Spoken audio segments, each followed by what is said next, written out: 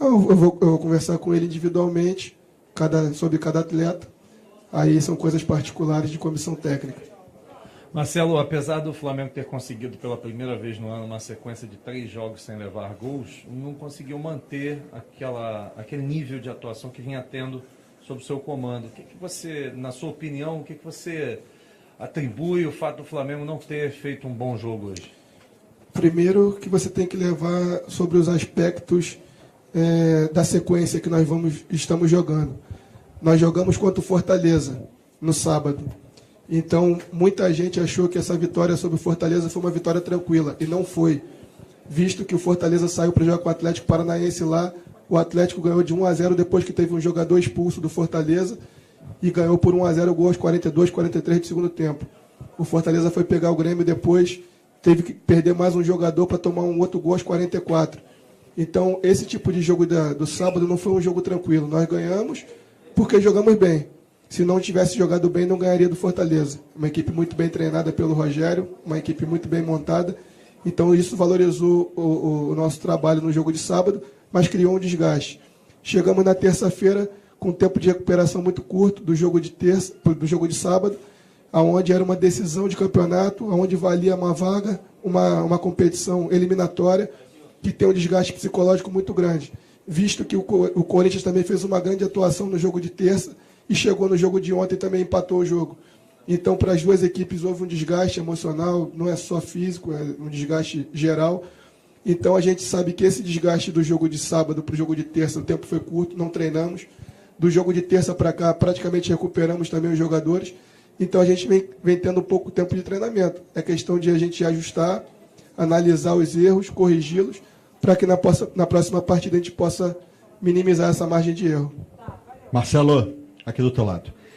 Você já teve com o Diego, o que aconteceu com ele, se pode ser um problema para você para o jogo contra o CSA, e exatamente sobre isso. Você colocou o Berrio no segundo tempo. Eu queria saber o que você pretendeu com a entrada do Berrio, se foi segurar o Caio Henrique, que estava muito bem na subida ao apoio, tanto indo na fazenda diagonal e também pelo sentido ali, como se fosse um ponta na linha reta, e se você se esse seu intento não foi, no caso, positivo, porque o Berrio não entrou bem na partida, né? Se a gente for analisar individualmente, a substituição não surtiu o efeito que nós gostaríamos que surtisse. A gente sabe que o Berrio pode fazer atuações melhores. O jogo contra o São Paulo é um exemplo, onde ele entrou e fez uma grande atuação. Mas isso aí acontece com qualquer jogador. A gente poderia ter tido uma atuação de outros jogadores também muito boa e algum outro jogador não jogando bem. Mas a intenção era botar o Everton por dentro para que ele tivesse maior opções de achar os jogadores de lado, como o Bruno Henrique, o Gabriel e o próprio Berrio. A sua pergunta já foi um pouco da minha resposta, prender um pouco mais o Caio e a gente usar as diagonais, trabalhando de um lado e terminando do outro. Infelizmente, a gente conseguiu fazer pouco esse giro da bola. A gente conseguiu fazer algumas coisas, muito jogadas verticais, coisas que eu não gostaria que a gente fizesse naquele momento da partida, que a gente circulasse um pouco mais a bola e mantivesse um pouco mais essa posse. Infelizmente, a gente não conseguiu manter essa posse e, como eu falei no início, quem perde o controle da bola perde o controle do jogo. Perdemos o controle do jogo em alguns momentos. Quando a nossa equipe ficou postada, em alguns momentos eles tiveram posse, mas não tinham infiltração, e a gente conseguiu manter esse padrão em algumas situações. O Vitinho entrou depois. Teve uma situação de ataque, onde ele poderia ter matado o jogo ali. Infelizmente, não estava muito longe de mim ali, eu não consegui perceber se dava para bater de primeira ou necessariamente tinha que ter mais um corte. Mas, infelizmente, não conseguimos concluir a gol naquele lance. Diego foi uma situação de lesão. A gente não sabe até que ponto, se é lesão importante ou não. Mas é um jogador que, em qualquer equipe, faz falta. Então, quando a gente perdeu o Diego, que é o nosso cérebro, junto com o Everton, cai um pouco essa situação da posse da bola. A gente colocou um jogador que é de velocidade, mas faltou um outro jogador, como a gente gosta de colocar para jogar. Vocês viram no jogo do Fortaleza aonde eu botei o Arrasca com o Diego e o Everton, porque é uma característica de equipe que eu gosto, aonde a gente mantém mais a posse de bola. Então, hoje, por questões até de posição, a gente não tinha um outro meia que pudesse fazer essa função.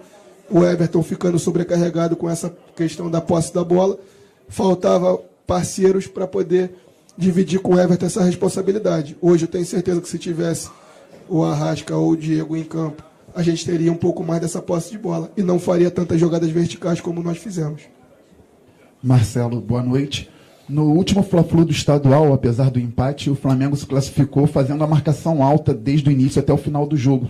Hoje tentou começar dessa forma, depois no próprio primeiro tempo baixou um pouco as linhas e depois ficou equilibrando. O que não deu tão certo hoje nessa pressão quando não tinha bola? Eu acabei de responder aqui a questão da posse.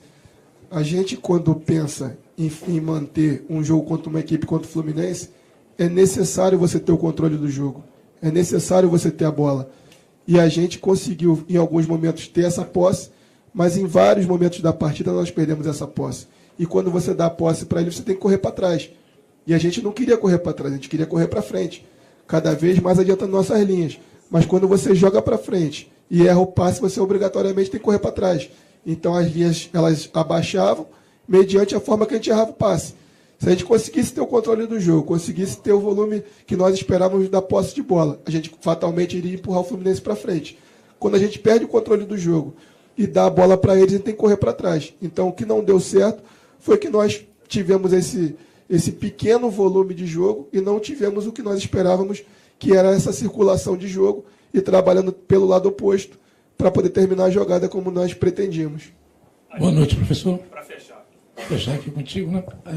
O jogo de hoje mostrou que a equipe do Flamengo não conseguiu aquele padrão que você vinha dando nos últimos 2 jogos. Gostaria que você falasse a respeito do que você pode melhorar nesse time para o jogo contra o CSA, até porque a equipe do Palmeiras venceu ontem, para que o Flamengo não se desgarre tanto do líder na competição.